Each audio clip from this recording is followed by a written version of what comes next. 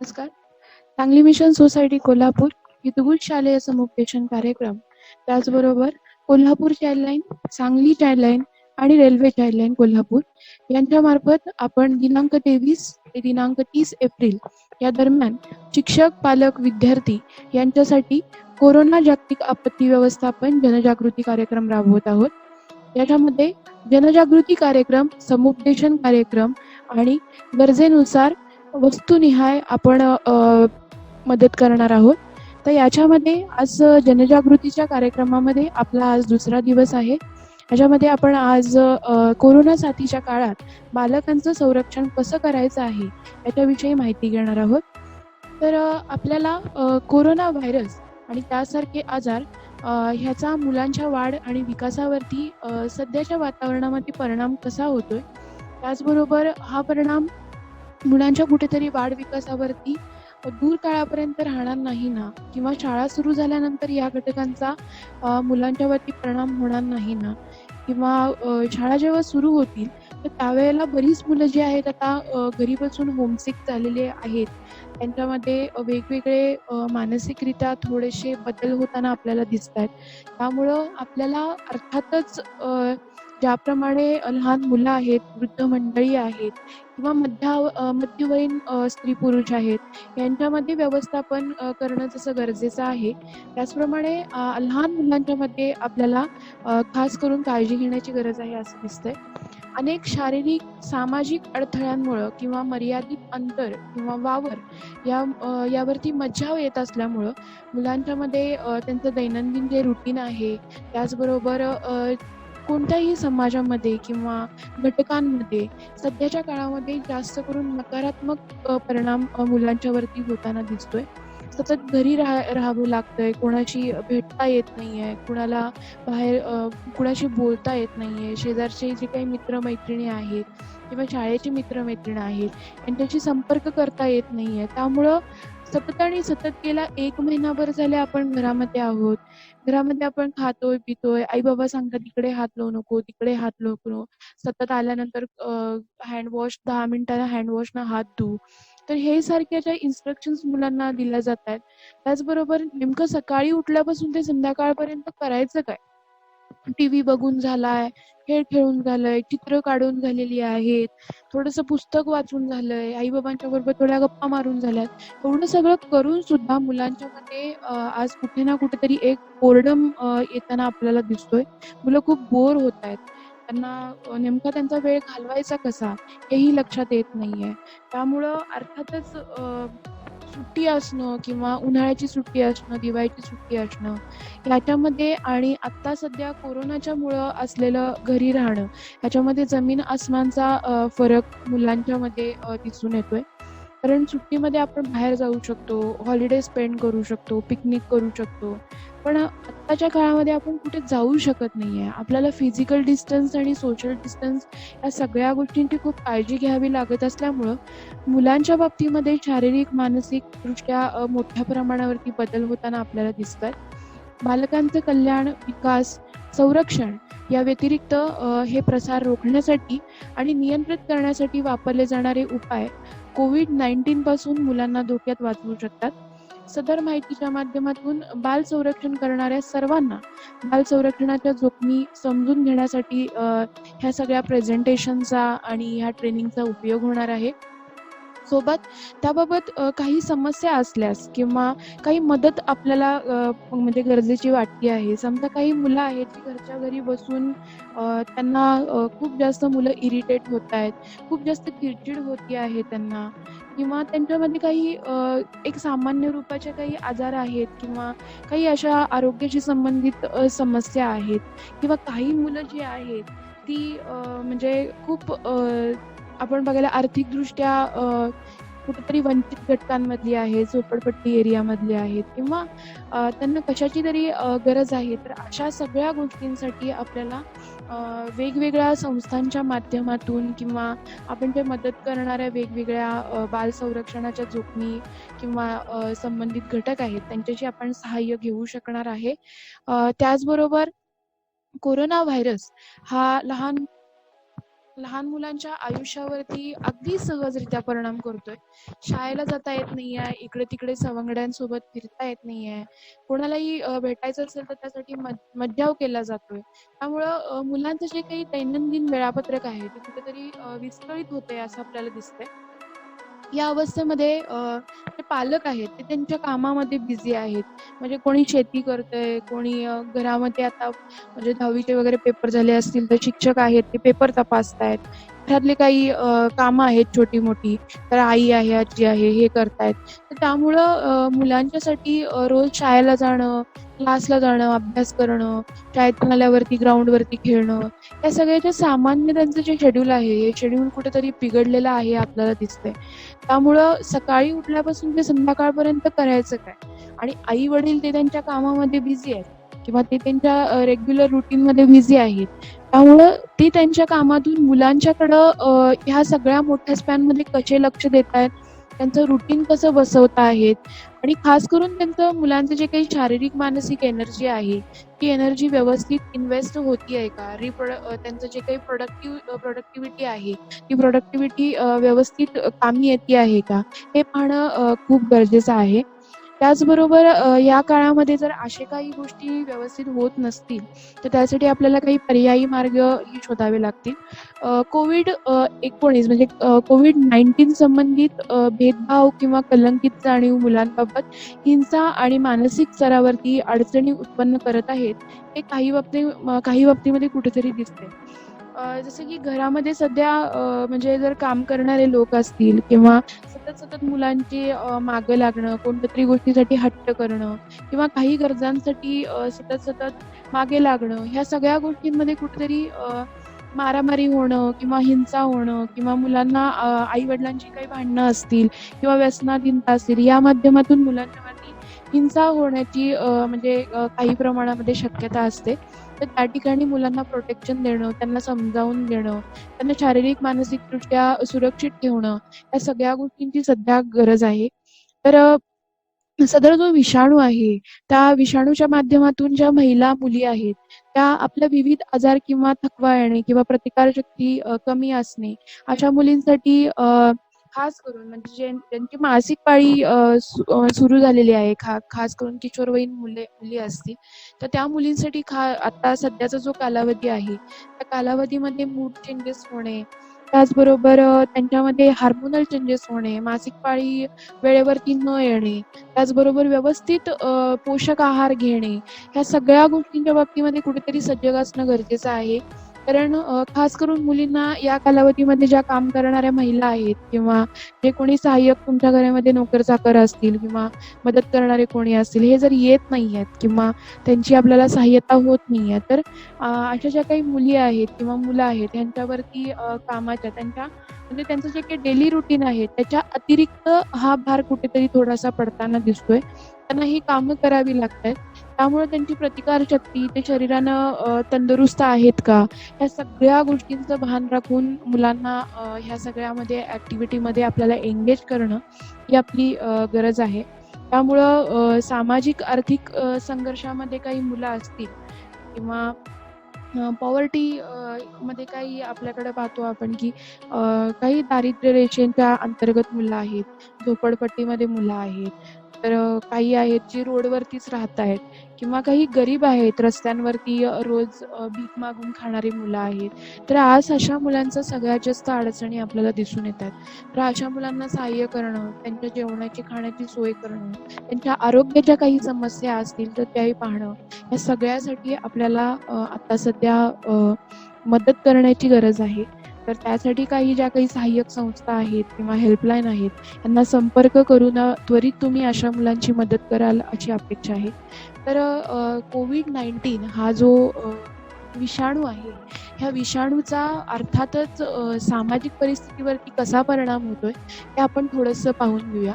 सामाजिक मानदंड काही जाती आणि समुदायाच्या माध्यमांमध्ये म्हणजे आपण आता पाहतोय की मध्यंतरी काही अशा प्रकारे दंगली उडल्या किंवा अशा टोळ्या बाहेर पडल्या किंवा काहींना हे बाहेर जाणं किंवा काही धार्मिक स्थळांना भेट देणं किंवा तिथे जाऊन त्यांचे जे काही अ, धार्मिक स्थळावरती जे काही त्यांचं डेली रुटीन आहे ते करणं. हे रेग्युलर त्यांच्या ॲक्टिव्हिटी आहेत. पण या कारणामुळं आता सध्या त्यांना हे करता येत नाहीये. त्यामुळं सुद्धा बऱ्याच वेळेला प्रक्षोभ उत्पन्न होणं किंवा नकारात्मक घटना घडणं या गोष्टी घडू शकतात. त्याचबरोबर समूहामध्ये मतभेद क्रिएट होणं, मर्यादित संसाधन आणि घटक प्राप्त करण्यासाठी चढाओढ निर्माण करणं, समुदायाचे सहकार्य हे काही ठराविक गोष्टींपर्यंत मर्यादित या काळामध्ये राहतायत. त्यामुळं त्यांच्या ज्या काही नीड्स आहेत, जसं की आता आपण पाहतोय की मध्यंतरी जेव्हा कोरोनाचा प्रथमतः प्रसार भारतामध्ये सुरुवात झाली, तर त्यावेळी आपल्याला मास्क मिळत नव्हते, सॅनिटायझर्स मिळत नव्हते. त्याचबरोबर आपल्याला जे काही महत्त्वाचे दैनंदिन आपल्याला लागणाऱ्या गोष्टी आहेत, त्या गोष्टींसाठी मोठ्या प्रमाणावरती चढाओढ होऊ लागली. दुकानामध्ये सामानाचे स्टॉक होऊ लागले. मोठ्या किमतीनं त्या गोष्टी विकल्या जाऊ लागल्या. तर काही गोष्टींमध्ये कुठेतरी आता ह्याचा परिणाम आपल्याला येत्या काळामध्ये दिसून आलेला आहे आणि दिसतोय. त्यामुळं समाजाच्या महत्त्वाच्या गोष्टी ज्यावर त्यांचं किमान जीवन अवलंबून आहे, अशा गोष्टीची कमतरता निर्माण होणे त्यांचा कदाचित पुरवठा थांबवूही शकतो. आता आपण पाहतोय की पुण्या-मुंबईसारख्या जिथं ज्या ठिकाणी कोरोनाचे हॉटस्पॉट जास्ती आहेत, तर त्या ठिकाणी कोरोनाचं प्रसार थांबावा किंवा त्याचं जे काही म्हणजे प्रादुर्भाव होतोय हे थांबावं, ह्याच्यासाठी खूप जास्त कडक पावलं उचलली जातात आणि त्यामुळे त्यांच्या ज्या काही दैनंदिन गरजा आहेत, जसं दूध आहे, साखर आहे किंवा चहा आहे, या सगळ्या गोष्टींसाठी कुठेतरी म्हणजे त्यांना डेली दुकानात जाता येत नाहीये. घराच्या बाहेर जाऊन रेग्युलरली त्यांना हवं तसं वावरता येत नाहीये आणि काही ठिकाणी तर ह्या गोष्टी आता थांबवल्या गेलेल्या आहेत. त्यामुळं काही गोष्टींचा आपल्यावरती परिणाम होऊ शकतो आणि त्या जर आपल्याला वेळेवरती मिळाल्या नाहीत, तर अर्थातच त्याचा आपल्या शारीरिक, मानसिक आरोग्यावरती परिणाम होऊ शकतो. कारण आपल्याला ह्या सगळ्या गोष्टीची सवय झालेली असते. त्यानंतर कुटुंबाचं एकमेकांपासून अलगीकरण होणं. समजा जर कुणाला घरामध्ये जर एखाद्या व्यक्तीला समजा जर एखाद्या व्यक्तीला अशी लक्षणं दिसून आलेली आहेत, की ज्याला खोकला आहे, सर्दी आहे, ताप आहे आणि कदाचित ती कोरोनाची लक्षणं नसतीलही, पण त्यांना ही लक्षणं दिसतायत. तर अचानकच घरामधून त्या व्यक्तींना वेगळ्या खोलीमध्ये झोपायला सांगणं किंवा त्यांना वेगळी व्यवस्था करून देणं. त्याचबरोबर अशा व्यक्तींना वेगळ्या खोलीमध्ये राहायला सांगणं, आपण वेगळ्या खोलीमध्ये राहणं किंवा त्यांची जर लक्षणं दिसून आली आहेत, त्यांना आयसोलेशनमध्ये ठेवणं. तर याही बाबतीमुळं काही बाबतीमुळे मुलांच्यावरती परिणाम दिसून येणार आहेत. आपण बघतोय, की जी लहान मुलं आहेत, जर समजा त्यांच्यामध्ये जर कोणाला आईला किंवा बाबांना त्यांच्या जर अशा प्रकारची लक्षणं दिसतायत, त्यांना क्वारंटाईन करावं लागलेलं आहे. तर अशा मुलांच्यामध्ये खूप जास्त मानसिक आणि शारीरिक बदल आपल्याला येत्या काळामध्ये दिसून आलेले आहेत. त्यामुळं हा एक मुद्दा तरी आहेच. त्याचबरोबर जर त्यांची व्यवस्थित मुलांची काळजी घेतली जात नाहीये, त्यांच्याकडे दुर्लक्ष केलं जातंय किंवा घरातले जे काही वाद असतील, कारण आपण सगळेच आता कंटिन्युअसली एकमेकांच्या समोर आहोत. 1 महिनाभर झाले. कुणाची कामं चालू आहेत, तर ती घरातून चालू आहेत. आपण सगळे वर्क फ्रॉम होम करतोय. त्यामुळं ह्याही गोष्टींमध्ये सतत समोरासमोर असणं, आई-वडिलांचे एकमेकांच्या बरोबर मतभेद असणं, वादविवाद असणं, त्या माध्यमातून त्यांचे जे काही टेन्शन्स आहेत किंवा जे काही स्ट्रेसेस आहेत, ह्या माध्यमातून मुलांच्यावरती ते निघतायत. हिंसा होती आहे, विसंवाद होत आहेत. तर ही गोष्ट आपण पाहणं खूप गरजेचं आहे. त्यानंतर सदर विषाणूच्या निमित्तानं मुलांच्या मनामध्ये आणि अर्थातच पालकांच्या मनामध्ये ह्या आजाराविषयी एक भीती निर्माण झालेली आहे. त्याचबरोबर जे काही बाधित परिवार आहेत, त्या बाधित परिवारांच्या बाबतीमध्ये एक कलंकित भावसुद्धा त्यांच्या बाबतीमध्ये दिसून येतोय, की एखादं कुटुंब आहे, समजा आपल्या घराच्या शेजारी एखाद्याला जर अशी लक्षणं दिसून आली आहेत किंवा क्वारंटाईन करण्यात आलेली आहे, तर त्याच्याकडे कानाडोळा करणं, त्यांना वेळेवरती त्यांना कधी गरज पडल्यामध्ये असहकार्य करणं किंवा त्यांना कधी गरज वाटली किंवा त्यांच्यामध्ये कोणी जर एक्सपायर झालं, तर त्यावेळेला त्यांना न विचारणं.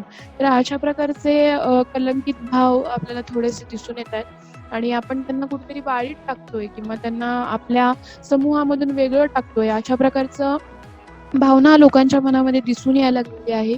त्यामुळं आता जो कोरोना वाढतोय किंवा जो कोरोना आता सगळीकडे पसरतोय, हे कुठेतरी छुप्या पावलानं ना हे स्वतःच्या आजाराची लक्षणं लपवतायत आणि त्यामुळं हे अर्थात कुठेतरी आपल्याला असं दिसून येतंय, की लक्षणं आहेत म्हणजे आजाराचे कुठेतरी दिसून येतात चिन्ह, तरीही लोकांना भीती वाटते, की आपण जर पुढे जाऊन जर हे तपासून घेतलं किंवा तपासणी केली आणि त्याच्यामध्ये जर आपल्याला अशा प्रकारची कोरोनाची लक्षणं दिसली, तर आपल्याला लोकं घरात ठेवून घेणार नाहीत. आपल्याला वेगळं ठेवतील किंवा आपल्याला वेगळ्या ठिकाणी राहावं लागेल. तर अशा प्रकारची भीती लोकांच्या मनात असल्यामुळं किंवा पालक आणि विद्यार्थ्यांच्या मनामध्ये हे खास करून आहे, की आपल्या आईला किंवा आपल्या बाबांना झालं किंवा आपल्याला झालं, तर आपल्याला लांब राहावं लागेल.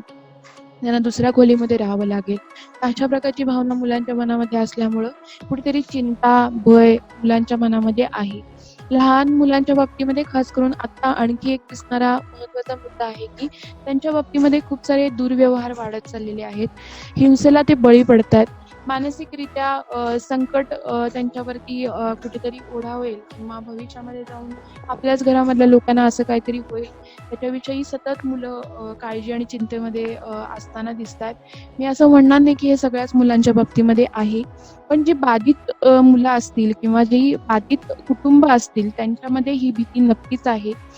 जी बाधित कुटुंब नाही आहेत किंवा ज्यांच्यामध्ये कोरोनाशी संपर्क झालेला नाही आहे, पण त्या कुटुंबामध्ये सुद्धा या बाबतीमध्ये कुठे ना कुठेही सतत मीडिया आणि सतत चर्चा होण्यामुळे ह्या गोष्टी दिसून येऊ शकतात. त्यानंतर आपण अर्थात पुढच्या ज्या घटकांमध्ये पाहायचं आहे, की बाल संरक्षणाच्या बाबतीमध्ये सध्याच्या काळामध्ये काळजी घेणं खूप गरजेचं आहे. त्याच्यामध्ये वेगवेगळ्या कॅटेगरी करण्यात आलेल्या आहेत. त्याच्यामध्ये आपण सर्वात पहिल्यांदा पाहायचं आहे, की जोखीम कुठं आहे? तर शारीरिक आणि मुलांचं जे काही भावनिक कल्याण आहे, त्याच्यावरती भर देण्याची गरज आहे. तर कोविड-19 या माध्यमातून जोखीम काय आहे आणि नियंत्रण त्याचे उपाय आपण कसे केले पाहिजेत आणि ते जोखमीची कारणं काय आहेत, ती आपण पाहायची आहेत. तर बालकांची काळजी घ्यावी लागेल आपल्याला. त्याचबरोबर त्यांची उपेक्षा होता कामा नये.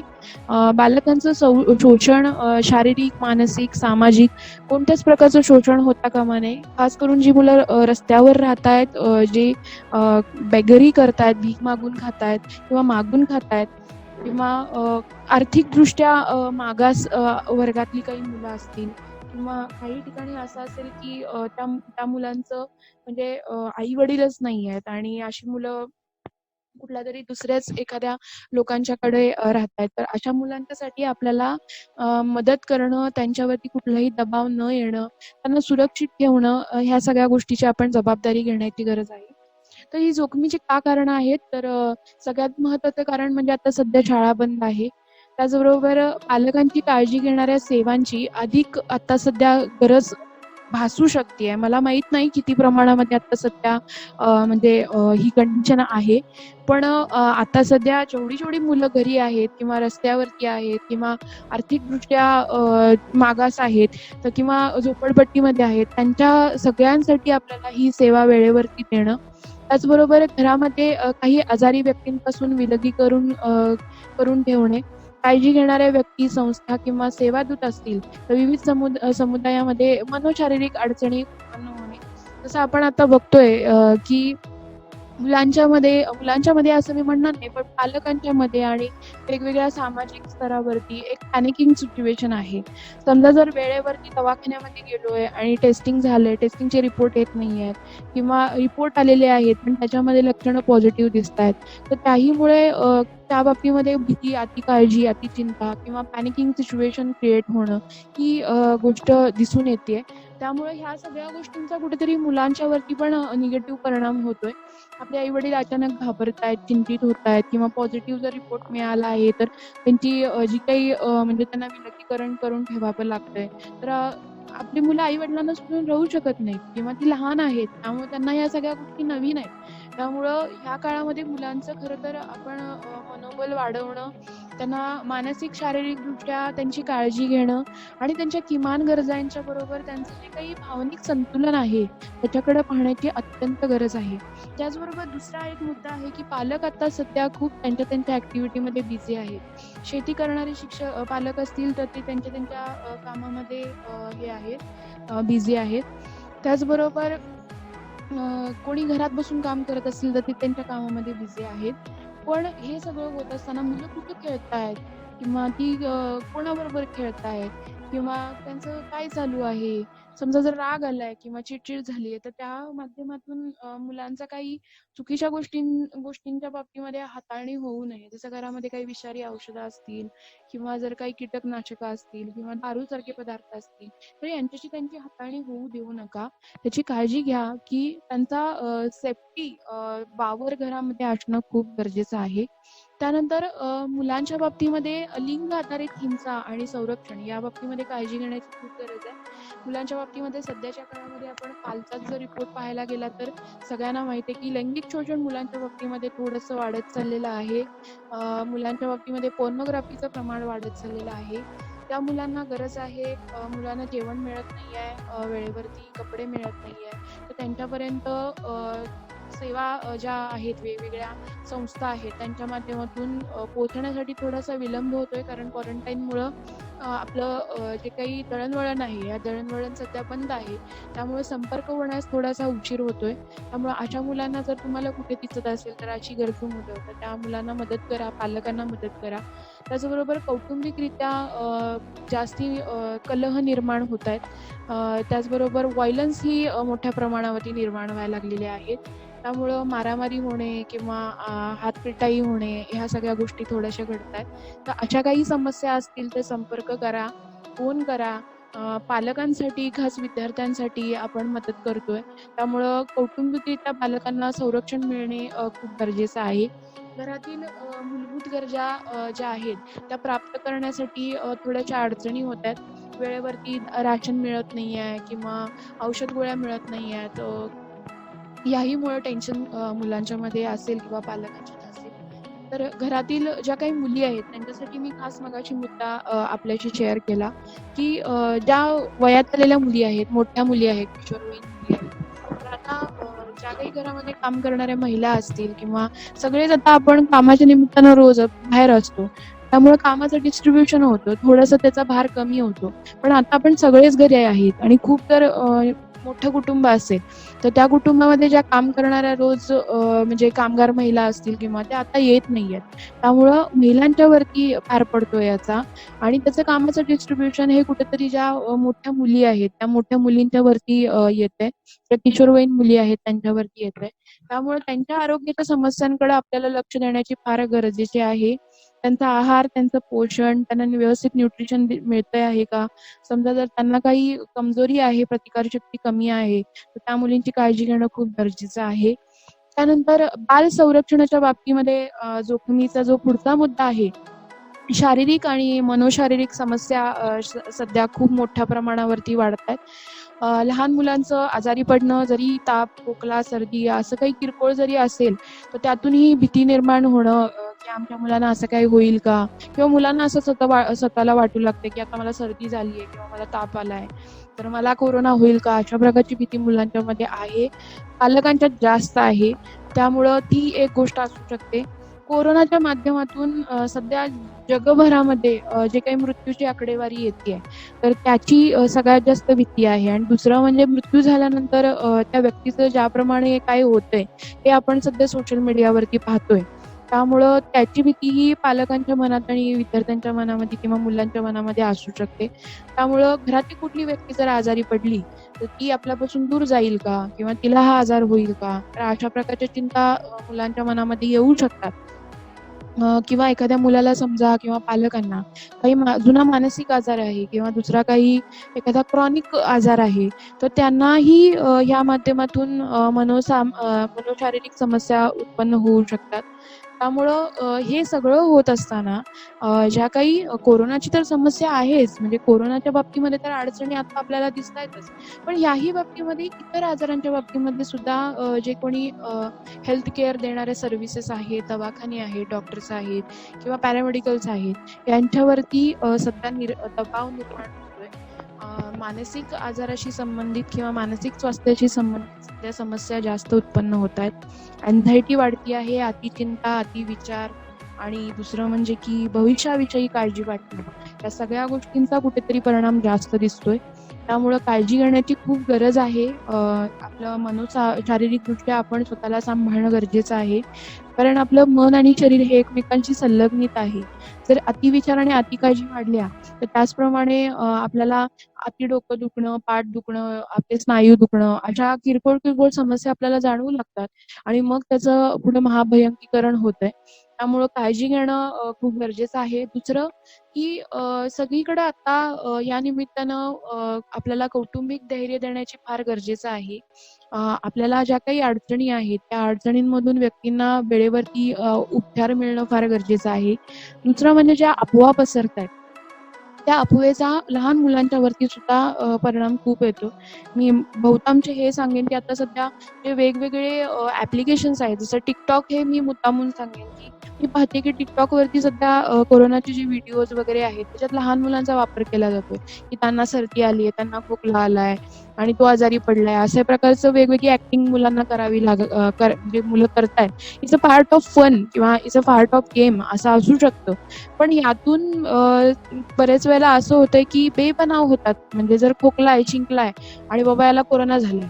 तर अशा प्रकारे जर आपण कुठेतरी असं चित्र निर्माण केलं, तर हेही चुकीचं आहे आणि अशा प्रकारच्या ॲक्टिव्हिटीमध्ये मुलं जर कुठं गुंतत असतील, तर कृपया मुलांच्या जे काही सोशल मीडिया हँडलिंग्ज आहेत, त्याच्यावरती लक्ष ठेवण्याची ही काळाची गरज आहे. त्यामुळे अशा ॲक्टिव्हिटीमध्ये मुलं जर कुठे काही व्हिडिओ बनवतायत, खेळ खेळतायत, तर त्याच्यावरती थोडासा कटाक्ष ठेवा. दुसरं आहे की बालश्रम. बालश्रम म्हणजे मुलांना जे काही आता शाळा नाही आहे किंवा त्यांना क्लास नाही आहे किंवा कुठला अभ्यास नाही आहे म्हणून पालक काय करतायत, की आता तुला शाळा नाही आहे, अभ्यास नाही आहे, तर हे काम कर किंवा जा बाबांच्या बरोबर शेतामध्ये जा किंवा आणखी तू घरामधलं हे काम कर. याप्रमाणे मुलांना कुठेतरी व्यस्त ठेवलं जातंय. तर ते मुलांच्या खरोखर म्हणजे सपोर्टिव्ह मुलं करतायत का? किंवा ती खरोखर मनापासून करतायत का? तर त्याच्यामध्ये ते एन्जॉयमेंट करत असतील, तर नक्की त्यांना या कामामध्ये गुंतवा. पण त्यांच्या मनाविरुद्ध त्यांना करावं लागत असेल किंवा त्यांची इच्छा नाहीये, कारण मानसिक, शारीरिकदृष्ट्या काही आता सध्या ॲक्टिव्हिटी होत नाहीये. त्यामुळे सुस्तावलेपणा थोडासा मुलांच्या मनामध्ये आहे. त्यामुळं ती मोकळी बसलीत म्हणून त्यांना एंगेज करू नका. आणि ती जर तशी ॲक्टिव्हिटी करत नाहीये, तर त्यातून वादविवाद होतायत. मग ती करत नाहीयेत म्हणून थोडीशी हाणामारी केली जातीये, मारामारी केली जातीये. तर ते होता कामा नये. ते टाळा. मुलांना कुठल्याही विसंवादामध्ये येऊन देऊ नका. घरामधले जे काही आई-वडिलांचे जे काही वादविवाद असतील किंवा जे काही त्यांच्यामध्ये संभाषणं असतील, त्यातून विसंवाद होऊ नये याची काळजी घ्या. खूप जास्त काही गंभीर समस्या असतील किंवा जर काही तुमच्या घरामध्ये जर कोरोनाची काही अडचणी निर्माण झाल्या असतील, तर त्यापासून मुलांना खूप समजुतीनं, प्रेमानं आणि विलगीकरण करण्याची जर अडचण आलीच, तर त्यावेळेला मुलांना त्यांच्या वयानुसार त्यांना समजूत घालून यापासून त्यांना विलग करा. त्यानंतर सामाजिक कलंक आणि बहिष्कार हा सध्या खूप मोठा मुद्दा आपल्याला पाहायला मिळतोय. मानसिकदृष्ट्या आपण कायम बघतो, की एखादा माणूस जो मानसिकदृष्ट्या त्याला आजार आहे किंवा HIV एड्स आहे, तर त्या व्यक्तीला बऱ्याच वेळेला कलंकित दृष्टीनं पाहिलं जाते. पण आता कोरोनाच्या निमित्तानं आणखी एकदा आपण पाहतोय, की ज्या काही संक्रमित व्यक्ती आहेत किंवा अशा प्रकारची जी लक्षणं आहेत, तर अशा व्यक्तींची जी मुलं आहेत किंवा ती स्वतः पालक म्हणून आहेत, तर अशा व्यक्तींकडे कानाडोळा केला जातोय. त्यांच्याकडं जोखमीच्या ह्या मार्गातून कुठेतरी त्यांच्याकडे दुर्लक्षित केलं जातंय त्यांना किंवा त्यांची गरज आहे अन्न, पाणी किंवा औषधाची, तर त्यावेळी त्यांना ते दिलं जात नाहीये.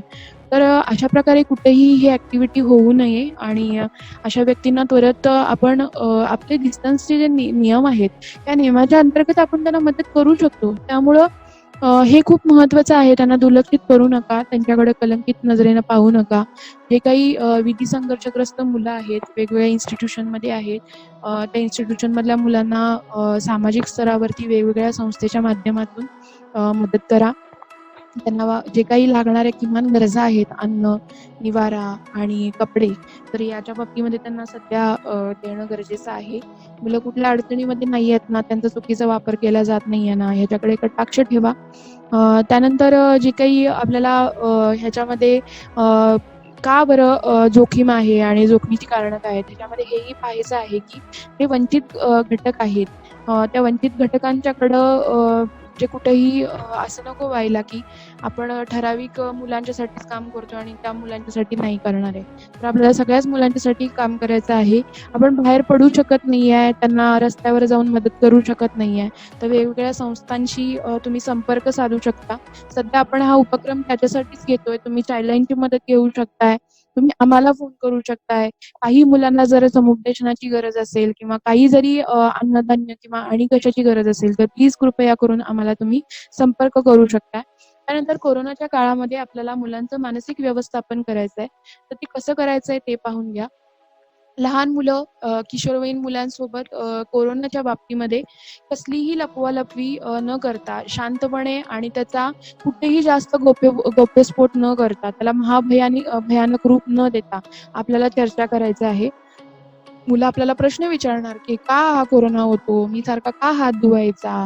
किंवा बाबा बाहेरून आली की मला जवळ का घेत नाहीत? किंवा ते सतत एकाच खोलीमध्ये का बसून असतात? ते आपल्याबरोबर का जेवत नाहीत?" असे मुलांच्या मनामध्ये प्रश्न येऊ शकतात. त्यामुळं त्यांना न चिडता, न रागवता, शांतपणानं का बरं अशी परिस्थिती निर्माण झालेली आहे, हे त्यांच्या वयानुसार त्यांना समजावून सांगा. मुलांचं वय जे आहे किंवा त्यांची जी काही समजण्याची क्षमता आहे, या क्षमतेनुसार आपण मुलांशी बोलणं गरजेचं आहे. त्यानंतर मुलांनी जे काही प्रश्न विचारलेले आहेत, ते अगदी जनरलाइज करून त्यांना उत्तरं द्या. हसत-खेळत उत्तरं द्या. त्यांचं एक दैनंदिन वेळापत्रक तयार करा. त्याप्रमाणे मुलं सकाळी ही ॲक्टिव्हिटी करतायत का? खास करून मी तुम्हाला सांगेन, की तुम्ही घरातल्या घरात जर 5 लोकं आहात किंवा 2 ते 4 लोकं आहात, तर सकाळी उठल्यानंतर सकाळी कदाचित तुम्ही 6:00ला उठत असाल, 7:00ला उठत असाल, तर एक टायमिंग ठरवा. त्यावेळेला घरामध्ये छान एखादी धून लावा, योगा प्राणायाम करा. त्याचप्रमाणे मुलांना ह्या ॲक्टिव्हिटी फॅमिली योगामध्ये त्यांना अंतर्भूत करून घ्या. त्यामुळं हे ॲक्टिव्हिटी किंवा त्यांचं शेड्यूल हे त्यांच्यासाठी कुठेतरी एंगेज ठेवण्यासाठी मदत करणार आहे. त्याचबरोबर मुलांना अभ्यास नाही आहे किंवा शाळा नाही आहे. त्यामुळे आत्ताचा जो वेळ आहे तो निरर्थक आहे किंवा फुकटचा आहे. अशा प्रकारची मुलांच्या मनामध्ये भावना निर्माण होतीये. कारण त्यांना बाहेर जाता येत नाहीये, ग्राउंडवर खेळता येत नाहीये किंवा मित्रांना भेटता येत नाहीये किंवा मजा-मस्ती करता येत नाहीये. तर हे सगळं त्यांना काहीच करता येत नाहीये म्हणून हा सगळा जो वेळ आहे, हा वेळ फुकट आहे किंवा फालतू आहे किंवा ही सुट्टी चांगली नाही आहे. म्हणजे आम्हाला दरवेळी दिवाळीची सुट्टी असते, उन्हाळ्याची सुट्टी असते, पण आम्हाला ती आवडते सुट्टी, पण ही सुट्टी अजिबात चांगली नाही आहे, असं मुलं म्हणतात. तर ती सुट्टी का चांगली नाही आहे किंवा ती का सुट्टी आता आपल्याला घ्यावी लागली आहे, ह्याच्याविषयी मुलांशी बोला. म्हणजे नेमकं उन्हाळ्याची सुट्टी काय आहे आणि दिवाळीची सुट्टी काय आहे आणि आता आपण कोरोनाच्यामुळं एका आपत्तीमुळं आलेली सुट्टी काय आहे, ह्याच्या बाबतीत थोडंसं मुलांच्या बरोबर बसून शांतपणाने चर्चा करा. ही चर्चा कशी करायची आहे हेही मी जाता-जाता तुम्हाला सांगेन, की आपण बऱ्याच वेळेला आता आपल्याकडे महापूर येऊन गेला किंवा विविध नैसर्गिक आपत्ती येतात. तर त्यावेळेला आपण आपल्या सुरक्षिततेसाठी आणि आपल्यामुळं दुसऱ्यांना अडचण येऊ नये किंवा दुसऱ्यामुळं आपल्याला अडचण येऊ नये म्हणून आपण घरामध्ये राहणं कसं गरजेचं आहे. बाकी टाईम आपण कसे बाहेर जातो, पिकनिकला जातो किंवा मजा करतो. तर आत्ता सध्या सगळं जगच अडचणीमध्ये आहे आणि फिजिकल आणि सोशल ह्या संपर्कामधनं हा आजार पसरतो. त्यामुळं आता आपण कुणाला टच नाही करू शकत आहे. कोणाच्या बरोबर आपण संपर्कात नाही जाऊ शकत आहे किंवा आपण जर असं गेलो तर आपल्याला आजार होऊ शकतो. हे आपण मुलांना खूप अतिशय त्यांच्या पातळीवरती जाऊन सांगण्याची गरज आहे आणि हे जेव्हा मुलांना कळेल, की हां, दिवाळीची सुट्टी आणि उन्हाळ्याच्या सुट्टीमध्ये फरक आहे आणि या सुट्टीमध्ये फरक आहे, तर आपण त्यावेळेचा चांगला वापर केला पाहिजे. हे जेव्हा मुलांना कळेल, तेव्हा नक्कीच आपली थोडीशी जी काही म्हणजे आपल्यावरती भार आहे, तो भार कमी होईल. त्यानंतर खास करून पालक, शिक्षक आणि जे कोणी मुलांची काळजी घेणारे वर्ग आहे, त्यांच्यासाठी मी खास करून सांगेन, की मुलं सकाळी संध्याकाळपर्यंत, सकाळपासून ते संध्याकाळपर्यंत ही मोकळी आहेत. ती काहीही करू देत, खेळू देत, जेवू देत, झोपू देत, काही का करू देत, आम्हाला काय करायचंय? अशा प्रकारे जर आपण विचार करत असेल, तर तसा विचार लवकरात लवकर बाजूला ठेवा. खास करून मुलांना दिवसभरामध्ये 1 तास तरी तुम्ही अभ्यासामध्ये गुंतवा. त्यांचा जो काही अभ्यास असेल, तो अभ्यास त्यांना करायला शिकवा. कारण अभ्यासाची मांडणी आणि बसण्याची सवय ही आपल्याला कायम ठेवली पाहिजे. त्यासाठी तुम्ही होम स्कूलिंगचा पर्याय निवडू शकता. ऑनलाईन सध्या खूप सारे क्लासेस चालू आहेत, ट्युशन चालू आहे. तुम्ही आय गव्हर्नमेंट नावाच्या वेबसाईटवरती जर गेला, तर दीक्षा.com नावाचा सध्या गव्हर्नमेंटच्या प्रत्येक क्लास 1 पासून ते क्लास 10वी पर्यंत 12वी पर्यंतच्या सगळ्या वर्गांसाठी क्लासेस ऑनलाईन उपलब्ध आहेत, मोफत आहेत. तुम्ही रजिस्ट्रेशन करून त्याचा वापर करू शकताय. किमान 1 ते 1.5 तास मुलांना अभ्यासाची सवय लावा. त्यानंतर पालक आणि शिक्षक जे आहेत ह्यांनी आपल्या दिनक्रमामध्ये मुलांना सहभागी करून घेतलं पाहिजे. त्यांना सोप्या भाषेमध्ये अगदी हसत-खेळत त्यांच्याबरोबर वेळ घालवला पाहिजे. तर तो वेळ नेमका कसा घालवायचा तेही मी तुम्हाला जाता-जाता सांगेन.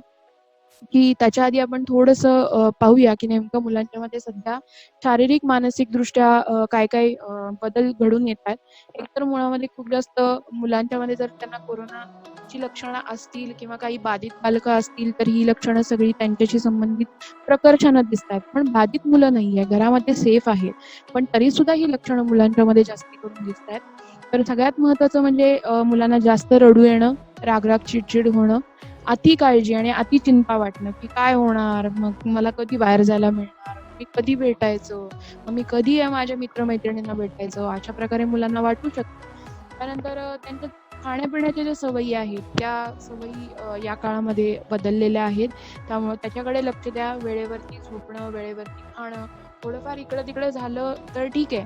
पण याहीमुळं पुढच्या काळामध्ये जेव्हा शाळा चालू होतील, तेव्हा हे शेड्यूल नक्कीच आपल्या सगळ्या शिक्षक आणि पालकांसाठी थोडंसं त्रासदायक होऊ शकतं. म्हणून आत्तापासून ते शेड्यूल मेंटेन करा. त्यानंतर मुलांचं जे लक्ष केंद्रित करणं आहे, चिंतन-मनन आहे, या बाबतीमध्ये मुलांच्यात सध्या प्रॉब्लेम दिसतात. एका जागी ती शांत बसू शकत नाहीयेत. चंचल वृत्ती जास्त वाढलेली आहे. एक कोणती ॲक्टिव्हिटी ती व्यवस्थित म्हणजे एका तासभर किंवा अर्ध्या तासभर करू शकत नाहीये. एका वेळेला अनेक गोष्टी त्यांना समोर हव्या असतात. त्यामुळे त्याच्याकडेही लक्ष द्या. त्यांचे जे आवडीचे छंद आहेत किंवा आवडीच्या गोष्टी जे पूर्वी करायचे, म्हणजे समजा जर एखाद्या मुलाला चित्र काढायला आवडत होतं किंवा तो खूप छान चित्र काढायचा, पण आता तेच त्यांना आवडेना झालंय किंवा कॅरम खेळणं आहे, त्यांना कॅरम खेळणं आवडत नाहीये. टीव्हीवरती कार्टून बघणं आहे, त्यांना कार्टून बघणं आवडत नाहीये. तर ह्याच्यामध्ये कुठेतरी मुलांच्यामध्ये एक प्रकारचं बोर्डम आले किंवा त्याच्या बाबतीमध्ये एक प्रकारची त्यांना किळसवाणी वृत्ती डेव्हलप व्हायला लागलेली आहे.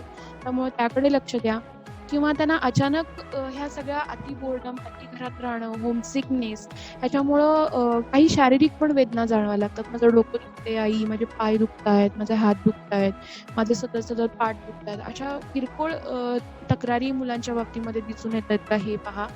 त्यानंतर मुलांच्यामध्ये एक सध्या आहे की प्रत्येक 10 मिनिटानं किंवा अर्ध्या तासानं हात धुवायला लागतोय. तर त्यामुळं मुलांना खूप कंटाळा येतोय. तर त्याच्याविषयी पण मी तुम्हाला सांगेन की ही गरज म्हणजे प्रोटेक्शनसाठी अतिशय गरजेची आहे आणि आपल्याला मुलांना हे खूप अतिशय म्हणजे प्रॉडक्टिव्हरित्या आपल्याला सांगायचं आहे. आणि त्यांना कुठे कंटाळा येईल किंवा ते त्यातून कंटाळले असतील, तर तुम्ही थोडासा इनिशिएटिव्ह घेऊन त्यांना ह्या गोष्टी सांगा. तर घरच्या घरी आपल्याला व्यवस्थापन करायचं आहे. शारीरिक अंतर, सामाजिक अंतर या बाबतीमध्ये पालक, शिक्षक, विद्यार्थी सर्वांनी अभ्यासपूर्ण माहिती घ्या. परीक्षा न देता किंवा अचानक आपत्तीमुळं थांबलेला अभ्यास यातून भविष्यात परत एकदा शाळा, कॉलेज सुरू झाल्यावर करावयाच्या उपक्रमांच्या बाबतीमध्ये चर्चा करा. शाळा सुरू झाल्यावरती तू काय करशील? मग काय-काय करायचं आपण? मग आता आपलं लॉकडाऊन संपलं की आपण तुझ्यासाठी दप्तर आणायला जायचंय का? मग आपण आणि काय-काय करायचं शाळा सुरू झाल्यावरती? या बाबतीमध्ये कधीतरी थोडीशी चर्चा करा. दिवसातून एखादी त्यांना गोष्ट सांगा. त्याच्यावरती त्यांना एखादं चित्र काढायला सांगा, पोस्टर बनवायला सांगा.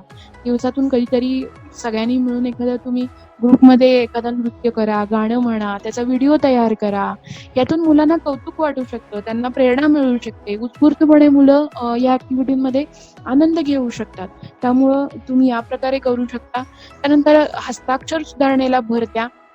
बागकाम असेल, कपड्यांच्या घड्या करणे आहे किंवा घरामध्ये ताटवाटी मांडणे, सगळे एकत्र जेवायला बसणे, त्याची जेवणाची पद्धती करणे, फॅमिली योगा करणे, एखादा छानसा चित्रपट एकत्र फॅमिलीने पाहणे, ह्या सगळ्या गोष्टी तुम्ही करू शकता. ऑनलाईन एखादा क्लास जॉइन करा. दिवसभरामध्ये संध्याकाळच्या वेळेला 1 तास ते 2 तास मुलांना कोणताही ऑनलाईन क्लास तुम्ही जॉइन करा. तो कोणताही असू शकतो क्लास, गणिताचा असू शकतो, इंग्लिशचा असू शकतो. प्रत्येक क्लासशी रिलेटेड सध्या ऑनलाईन क्लासेस अवेलेबल आहेत. गरज पडल्यास तुम्ही आम्हाला संपर्क करा. आम्ही तुम्हाला लिंकेज देऊ, वेबसाईट्स देऊ. तुम्हाला आम्ही मदत करू. अशा क्लासेस तुम्हाला जॉइन करण्यासाठी तुम्हाला नक्कीच संपर्क करण्यामध्ये मदत करू. त्यामुळे तुम्ही याची मदत घ्या. मेडिटेशन, स्ट्रेस मॅनेजमेंटकडे भर द्या. टीव्हीवरती बातम्या पाहणं आणि सतत टीव्हीच्या पुढे पाहणं हे पालकांनी आणि शिक्षकांनी स्वतःहून याच्यावरती थोडासा कंट्रोल ठेवण्याची गरज आहे. आपल्या निमित्तानं मुलंही टीव्ही पुढे बसायला लागलेली आहेत आणि या बातम्यांचा मुलांच्यावरती खूप परिणाम होतोय. त्यानंतर मोबाईल स्क्रीनचं टायमिंग जे आहे, किती वेळ मोबाईल वापरायचा आहे, दिवसभर मोबाईल वापरतोय का मुलगा, नेमकं मोबाईलवरती काय पाहतोय, कोणता कंटेंट पाहतोय याच्याकडे लक्ष देण्याची गरज आहे. आणि त्यांच्या ज्या काही लहान-सहान आरोग्याच्या समस्या आहेत, त्या समस्यांकडं आपण लक्ष देण्याची खूप गरज आहे. मुलाला सर्दी, खोकला, तापच ह्या कोरोना साठी जरी कारणीभूत असला, तरी त्याला ह्याही व्यतिरिक्त काही लहान-सहान गोष्टी आहेत का? जरी आपलं मूल घरामध्ये सेफ आहे, आनंदी आहे, त्याला कोणताही त्रास नाहीये, तरी तो या कालावधीमध्ये कुठेतरी या सगळ्या गोष्टीसाठी थोडासा अडचणीमध्ये असणारा ग्रुप आहे. त्यामुळे लहान मुलांचं शारीरिक आणि मानसिक संतुलन राखणं, नंतर जेव्हा लॉकडाऊन संपेल, शाळा सुरू होतील, त्यासाठी आपली उपाययोजना आत्तापासून करणं आणि मोर्चेबांधणी करणं ही आपली शिक्षक आणि पालकांची म्हणजे आता सध्याचं आद्य कर्तव्य आहे असं मी म्हणेन. आणि ह्या सगळ्यामध्ये आपण सर्वांनी मिळून, सर्वांनी सोबत राहून मुलांना आपल्या समृद्ध करायचं आहे. या नैसर्गिक आणि या काही जागतिक आपत्तीमध्ये आपल्याला त्यांची काळजी घ्यायची आहे. आपण सर्वांनी आपली स्वतःची काळजी घ्यायची आहे. त्यामुळं आम्ही तुम्हाला या माध्यमातून रोजच्या रोज येत्या 30 तारखेपर्यंत मार्गदर्शन करणार आहोत. तुम्हाला कोणतीही गरज पडली लहान मुलांच्या बाबतीमध्ये समुपदेशनाच्या माध्यमातून किंवा आणखी कोणतीही असेल, कृपया आम्हाला फोन करा. आमचे नंबर आम्ही दिवसभरातून एकदा तरी ग्रुपमध्ये टाकणारच आहोत. आपण सर्व ह्या ट्रेनिंगचा फायदा घ्याल अशी अपेक्षा करते आणि मी या ठिकाणी थांबते. उद्याच्या दिवशी म्हणजे दिनांक 26 एप्रिल या दिवशी आपण खास करून घरामध्ये ज्या महिला आहेत, त्या महिलांचा व्यवस्थापन, डोमेस्टिक व्हायलन्सच्या जर घटना घडत असतील, तर त्यापासून त्यांचं प्रतिबंध कसं करू शकतो, त्याचे व्यवस्थापन कसं करू शकतो आणि त्यांना आपण मदत कसं करू शकतो, यावरती आपण बोलणार आहे. आजच्या दिवशी आपण सर्वांनी ह्या मार्गदर्शनाचा उपभोग घ्यावा अशी अपेक्षा करते आणि थांबते. धन्यवाद.